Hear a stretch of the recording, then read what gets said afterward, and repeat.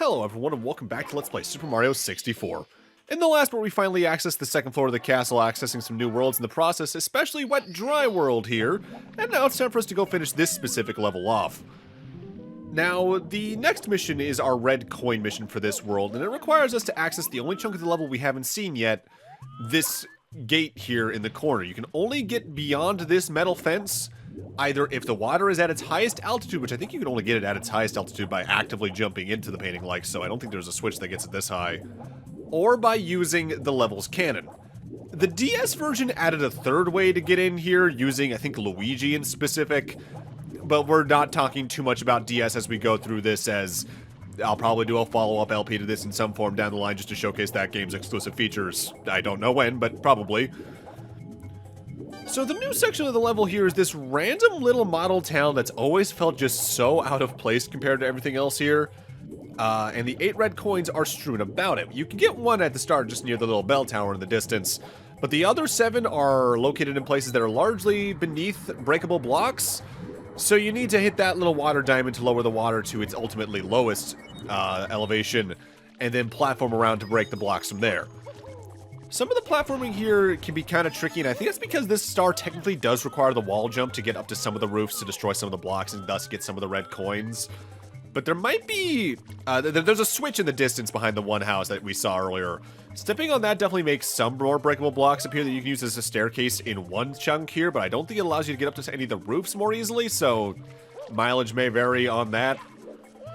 Not the worst wall jumps in the world, though, considering the platforms aren't moving and you get plenty of ample space between the jumps. So if you're trying to practice the wall jump, especially chaining one to the next, this is probably the best place to do so in the game in some of the corners. Especially considering you're going to want to get that skill polished up pretty quickly for an upcoming world, as I'd argue the worst wall jump chain in the game is in a relatively quick and up-and-coming course.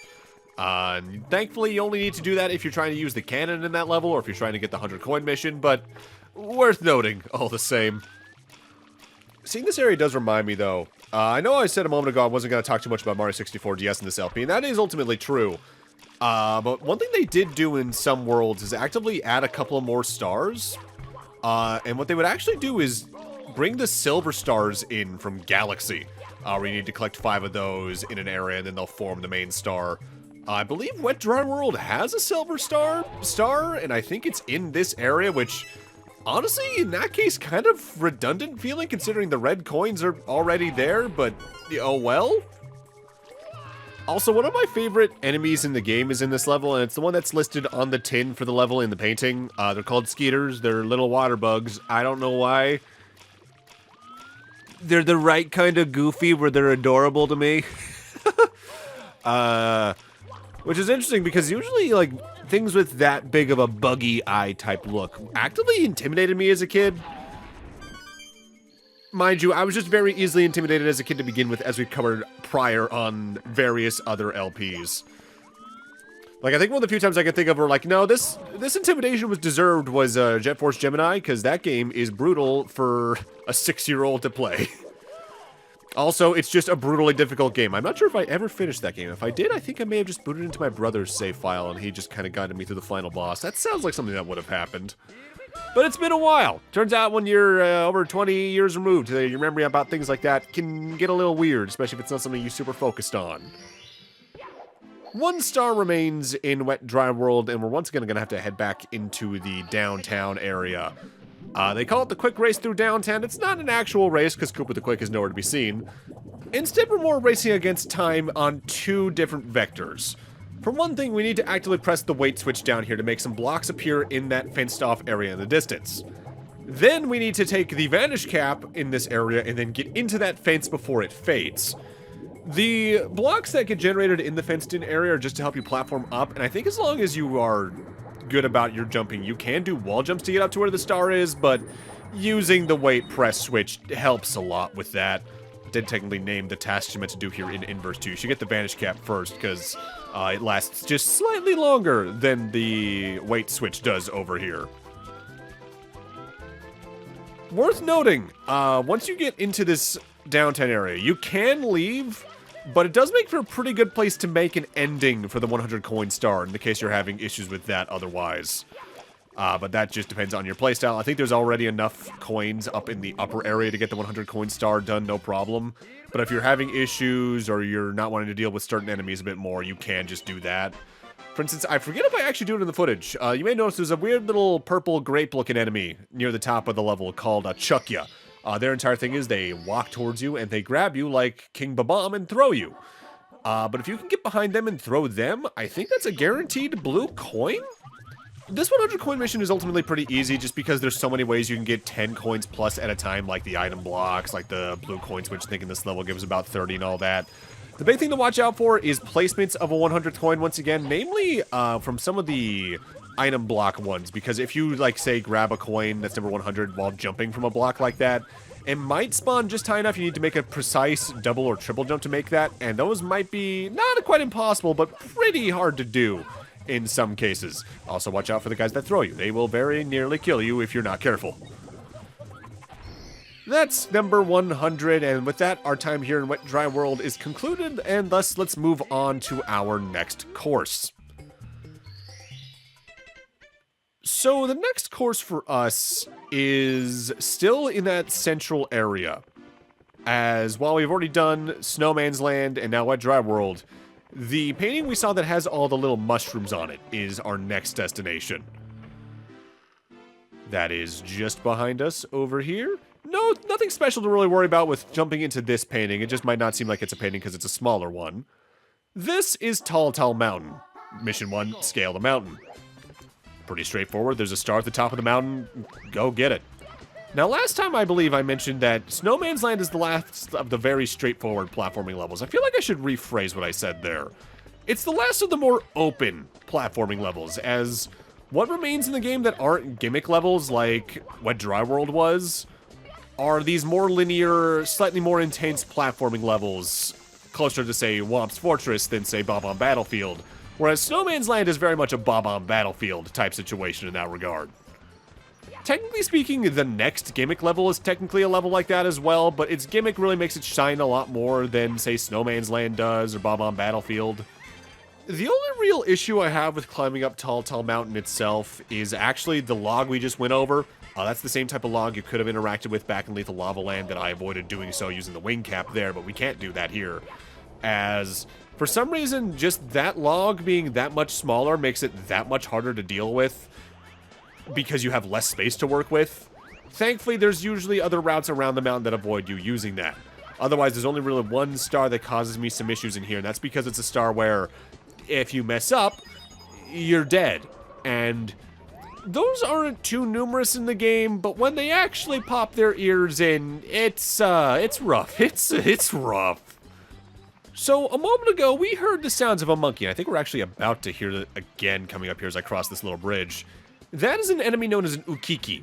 It's relatively harmless unless you pick it up, in which case it'll actually steal your hat, meaning you'll take more damage. With that said, getting your hat back from the ukiki is a lot more annoying than it was the Klepto Vulture back in Shifting Sandland. As with the Vulture, you basically just need to make contact with the hat again. The monkey runs away from you, and if you get cornered or too close to it, it'll jump directly over you. So you need to kind of lead your pickups and shots by reversing at the last second, and it's a lot more annoying to deal with. Which is why they made an entire star about it, Mystery of the Monkey Cage. So what we need to do with this mission is the same thing we did with the last mission. We need to get all the way to the top of Tall Mountain. This time around, though, there's going to be another monkey up there, another ukiki. And catching them will allow us to get the star for this stage. Kind of wish they had a secondary platform for this specific monkey, instead of having to go all the way back to the top. But in this case, I can at least showcase one of the other routes up so we can avoid some of the longer run around here. I think when it comes to the mountain stages in the game, that's like the Womp's Fortress, the Cool Mountains, things like that. This is probably my favorite, if only because they do a good job at making all the altitudes matter in ways that platforming around them is easier to do than, say, the Cool Mountain and all that, while not making you go all the way up to the top or all the way down to the bottom every single time. Albeit there are like 3 stars that you need to go near to the top for. I guess in that regard, I kind of wish the warp point for this level actively took you to the top of the mountain, but no, I think it actually leads you to this level's cannon, technically. I think the warp point for this level is on one of the mushrooms in the little clearing of all of them. Meanwhile, I think the one in Wet Dry World, for instance, was, near the tower that has the water switch. And it'll take you up to the cannon for that level. Like, now that I think about it, they tend to take you near the cannons or towards the start of the level in some cases. Like, I think the one in Snowman's Land is under a tree that gets you to the other side of the map. Shifting Sandland, it's near the rotating blocks, and I think it takes you over towards the Oasis. Generally speaking, later game warp points aren't as useful as early game ones, is the best way to put it. Come here, monkey. Come here. I'm gonna get you. Ooh, let me go. Oh, Kiki, I was only teasing. Can't you take a joke? I'll tell you what, let's trade. If you let me go, I'll give you something really good. So how about it? Yeah, let's free him. And now we can follow him, and once we get down there, he will open up the cage where the star is. I think if you fall down, his behavior might reset, but I've actively never done that myself, and I think I might just be thinking of a rumor I've heard over the years, potentially. But I'll look more into that for the future past. Sorry, future me, for making you do more work, as usual. Oh, also, you might notice there's another star over there behind the waterfall. We can get that. I'm not going to until it's the actual relevant mission. Once the cage is open, it drops, and you just need to get down there to collect that. Be careful if you're jumping down here directly, though, because if you hit the platform and you're low on health, you're probably going to take a death. Mind you, the star hitbox in this game is generous enough where if you ground pound near where the star is, you're probably going to collect it and be safe. Otherwise, try to aim for the water over there. Next up, we're going into the red coin mission for this stage, which I believe is Scary Shroom's red coins, which, based on the name, you'd think that probably most of the red coins are on the mushrooms in this level, and they technically are. But only I think about 4 or 5 of them are actually in this little clearing coming up here on the left. The others are all located on the way to the star, technically, itself. They're on the cliffs coming up on the left after this that we used as a shortcut to get back up the mountain in the previous star. The jumps here can be a little scary, honestly, because Mario's acceleration is fast enough where it's very easy to either walk off or completely miss one of those mushrooms in my experience. But as long as you're, gentle with the analog stick, you don't have to worry too much. Mario's acceleration on the ground, especially with how sensitive the analog stick is here, is surprisingly good feeling for the era. To the point where it's kind of surprising how much better he feels with the analog stick compared to most other first-party N64 games. Hi, Zelda. As much as I'm used to how you control the N64 and prefer using an N64 controller for those two games, man, Link is a lot more tanky feeling than Mario is in this game. Alright, with that, we're already on to the next mission, which is another case where I'm doing the 100 coin mission before the end of the world, technically, as it's just more efficient to get it done in this next level. And what's interesting about this next level is that's technically got another secret level within it to get the actual star, but not so much in the same way as, like, getting the metal cap back in Hazy Maze Cave. 100 coins in this stage isn't too bad, but you need to be careful about some coins that can potentially jump off the cliff as they roam about the floor after killing an enemy or breaking a block like that. As if that coin falls off, well, you're not getting it back, obviously. Oh, also, in the case I haven't mentioned it yet, enemies will drop coins in this game, yes, but if they're an enemy that actively respawns like the spiders we saw back in Hazy Maze Cave, only the first time you kill them will they drop coins. Surprise! Mysterious Mountainside's namesake is a hidden painting in that wall that brings us to the game's final main slide level. And this slide is absurdly good for coins, which is why I'm doing the 100 coin mission at this point. With that said, this slide is only good for 100 coins to this extent in the N64 release. Why? Well, you see, this slide lets us out near the bottom of the mountain again, but in a little clearing where the star is actively placed for this level. In the DS release, they added a fence guarding that area off, and I think it's technically because there's a way to get in here without doing the slide using a specific triple jump or wall jump or something like that. But it also means you couldn't really rely on these coins to get the 100 coin star, and yeah, that makes that real rough.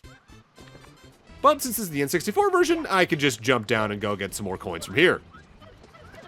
I could technically recommend not entering the Mysterious Mountainside slide until last, but you really want to make sure you don't get your 100th coin while you're on the slide, as you're not getting back up there to get the star in the case you don't grab it on the slide. In fact, I think technically speaking, if a star like that spawns on a slide and you go back into the slide afterwards, I think it's technically despawned, but don't quote me on that. Future me, if you can do anything about that and find anything out about that, please. But now that we have 100 coins, I'm just going to jump cut back to the end of the slide, as we've already seen what happens in here. Already most of the way done with Tall Mountain. Now, the next star I've always found a little bit weird. Not so much because it's hard to get, though the jump to get it is a little precise in some places. More, I just find its placement among the 6 numbered stars here weird. It doesn't feel like it should be the 5th star. Breathtaking view from the bridge is the star we saw earlier in the level that's behind the waterfall near the top. More than likely, that's going to be the 2nd star you see overall in the world after the one on the mushroom in the distance we saw a moment ago. So it being the 5th star just feels weird, even if this is a kind of rough place to reach. You just gotta find a place to jump from on this bridge. There's a couple places that work, but I've always found that general vicinity to be the most trustworthy. With that, we're now on to what's actively the worst star here in Tall Mountain. Star number 6, which I believe this is Blast to the Lonely Mushroom. Yep, this is the star on the mushroom in the distance we've seen already. And if you fail this star, you die. It's one of the few times where the game gets just absurdly punishing like that. We need to not only activate this level's cannon to get it, though, but we need to find it. With that said, we're technically above it right now. You're meant to use a warp point to get to it, which, like I mentioned earlier, should be on one of the mushrooms in the mushroom clearing near the start of the level. But it honestly is very easy to make a long jump from the mushroom where we got the red coin star and then just go from there. With that said, making the shot from this cannon to the lonely mushroom in the distance sucks. I always just kind of have to feel it out. I did a couple of practice runs for this stage specifically just to make sure I had a good idea of where I had to aim. Thankfully, the skybox in this game is consistent enough where you can rely on background details, like specific color dithyrations on clouds or things like that. But, yeah, I've just never liked the feel of this specific star. There's stars in this game I don't like doing, but then there's ones that just feel bad every now and then, like this. Thankfully, the ones that actively feel bad out of the 120 maybe number at, like, 5 across the entire game. Ones I don't like doing myself, that's a bit of a different conversation at that point. You can thankfully undershoot the star a little bit, though trying to hit the star directly is the best option, because you can slide along the top of the mushroom, but if you go too high or too low, you're either bonking off the side or sliding off the edge there in that case. That's another painting world all wrapped up, and it's time for us to head to our third to last standard course already, course 13 out of 15. And that's the one through the remaining door over here. But this one's another gimmick level, in that there's 3 paintings in this room, and to enter the level, you can enter 2 of them. Either the super large one over there, or the super small one over here. And you might think, wait, they don't look that small or large. They're using some forced perspective. This one's actually a very small painting. Welcome to Tiny Huge Island. Mission 1, pluck the piranha flower. This is sort of a return to the one world from Mario 3 that has things either be super small or super large depending on which painting you enter. If you enter the small painting, Mario starts very large and the world itself is pretty small. But if you enter the large painting on the opposite side, Mario's pretty small and the world itself is pretty large. With that said, there's a couple of pipes, I think like 3 in total, located throughout the island that let you swap between the states. For mission 1, we need to come over here, make Mario be small and the island large, and take care of all the piranha plants upon which the star will spawn nearby. Pretty straightforward. Also a pretty good way to get some coins for the 100 coin mission. But with that, I'm going to need to end this off here. Thank you guys for watching, and in part 11, we're going to continue through Tiny Huge Island before moving on to our next course. See you guys then.